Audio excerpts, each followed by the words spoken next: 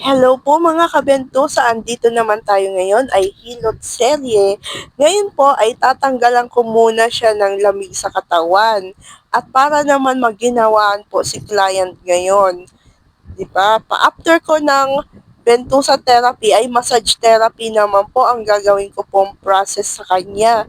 Kung paano ko to matanggal yung lamig sa katawan at masakit na kasukasuan mga kabentusa. Yan po ay bentusa therapy muna siya mga kabentusa. After ko ng bentusa therapy ay running bentusa naman po ang gagawin ko kay client ngayon.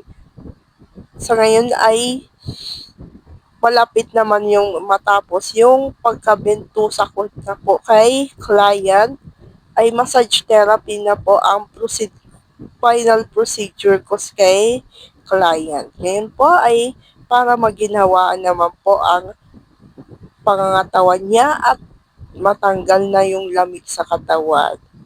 Di ba?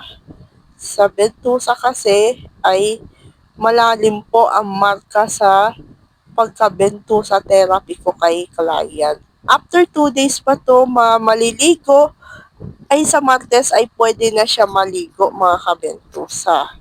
Yan po ay 2 days na po yung bagong bentusa therapy ko po kay client. Salamat naman po sa panonood mga kabentusa. Sana maging satisfied kayo sa mga services ko po sa inyo sa massage therapy and bentusa therapy po mga kabentusa. At napaka-legit po yung service ko po sa kanya mga kabentusa. Yan po ay sana magustuhan nyo po.